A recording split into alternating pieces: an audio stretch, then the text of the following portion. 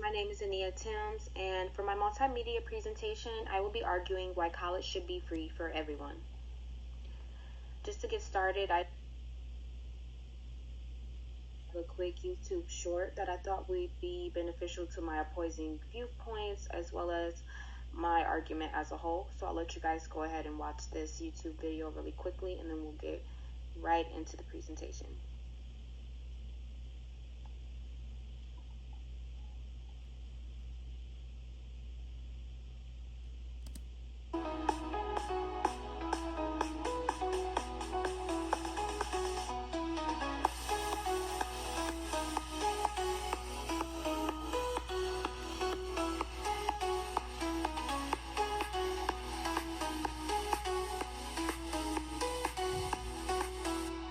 Alrighty.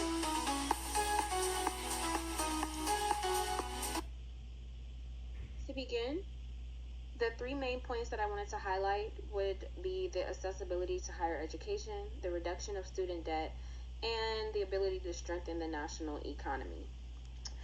In today's economy, it's hard to afford eggs, let alone college education. One of the best ways to explain how college tuition affects us today is to see what got us here in the past.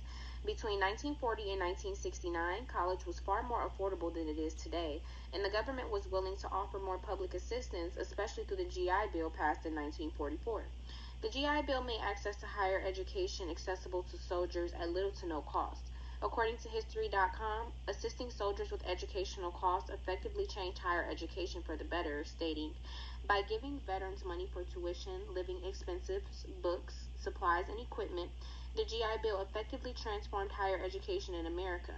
Before the war, college had been an option for only 10 to 15% of young Americans. By 1947, veterans made up half of the nation's college enrollment. End quote. My thesis is, with credibility, emotional appeal, and logic, I will analyze and explain why college education should be free for any student accepted into a college, because it makes higher education more accessible, it significantly reduces student loan debt, and overall can contribute to and strengthen the national economy. I entered a fun picture here that I thought would tie directly to pathos, just to give an insight of the brains of a human being who suffers from the stress of student loans. Funny little tweet thoughts like, the way my brain stops functioning and my anxiety takes over when I start thinking about paying my student loans. And that's real. I think anyone who has student loans can relate to this. So I thought that was a fun, interesting picture to make a part of the presentation. Moving forward to my operational definitions, I want to emphasize three specific ones, that being the student debt crisis, equity, and the definition of free education. Now, to start with the student debt crisis, this is defined as the growing national burden of educational related debt. It essentially refers to the situation in which, when students are near graduation, sometimes still in school, have to accept the responsibility of student loans. A line from Wikipedia stated that student debt refers to the funds incurred by a student for academic necessities that they are expected to pay. Moving on to equity, when referring to equity, this means that the decision of whether a student can be admitted to a college or not will not be determined by their financial background. Prioritizing equity would lower the playing field, so that instead of focusing on finance, we focus on academics. An entry on Wikipedia reads, educational equity is an implication that an individual's personal situations or conditions should not interfere with the possibility of their academic success. And the last operational definition being free college education.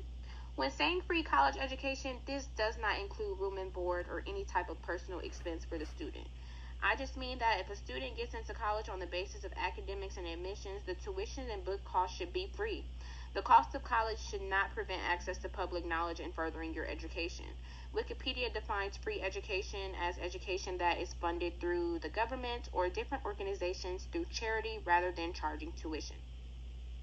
Let's move into my three main points, starting with accessibility.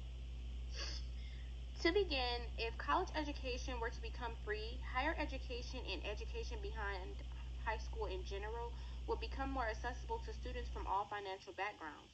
Core values in this country are demonstrated as care for equal opportunity, yet it appears education may be a privilege when it should be a right. Learning should not be determined by if you have money or not. An excerpt from Brookings.edu states about 89% of students from well off families go to college, while only 51% of students from lower income families are able to. Lower income families, lower income students and families should be able to and deserve a right to education just as much as well off families. Imagine the pain a student of lower income would feel getting into the college of their dreams and not being able to attend just because of their background. Moving on to debt reduction.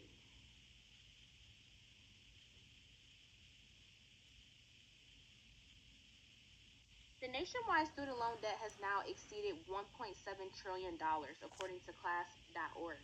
If college education were free and tuition didn't exist, students wouldn't need to borrow or take out loans, eradicating such debt. This put individuals on the right track to focus on their financial future with confidence. A 2021 mental health survey states 1 in 14 student loan borrowers admitted to experiencing suicidal thoughts in response to the financial stress brought on by students. And this is from class.org. So, my analysis of that is if a student is worried about student loans and debt, they cannot ensure their mental health or their financial stability. Moving on to economic strength and growth. If access to higher education was attainable for all students, it would not just assist individuals in advancing their education, securing better employment, but it will also strengthen America on an intellectual level. A population that drives overall growth is a population that is educated enough to enhance our global education through innovation and productivity. Academics should be a top priority if we truly value opportunity. Julia Gillard, former Australian Prime Minister, notes, quote, our future growth relies on competitiveness, skills, and productivity, and these in turn rely on the education of our people, end quote. This emphasizes that building a foundation for economic strength begins with higher education. By investing in free education, we equipped our citizens with the necessary skill sets needed to excel and maintain longevity in the eye of global competitiveness. Moving on to the opposing viewpoints. Some of the negatives or opposing viewpoints that I want to point out would be a taxpayer burden and specifically decreasing college completion rates. So one of the opposing viewpoints to free college education would be the anticipated burden being placed on taxpayers. An article from the California Learning Resource Network reads, a simplistic solution like tuition elimination without addressing the fundamental funding model creates a systemic risk of catastrophic proportions, end quote. This isn't necessarily true. The problem the government has is investing money into things and organizations that leave no benefit for the taxpayer. I personally would rather my taxpayer dollars go to college education as opposed to funding the police. Another opposing viewpoint being that free college education would decrease college completion amounts.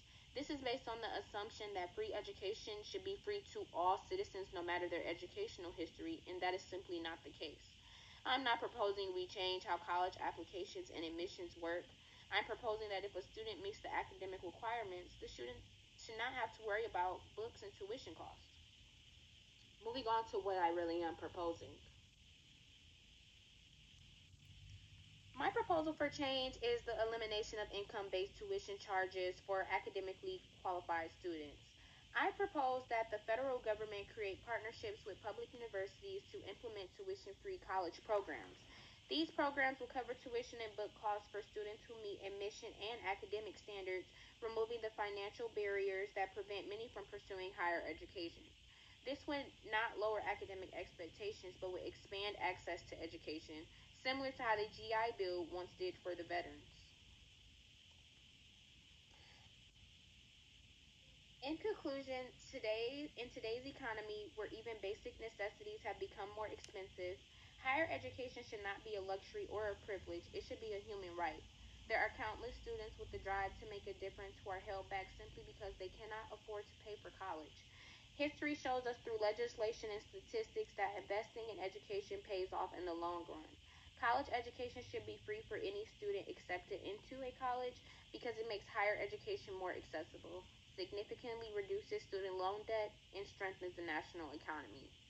Thank you for your attention and have a great rest of your day. And here's my references.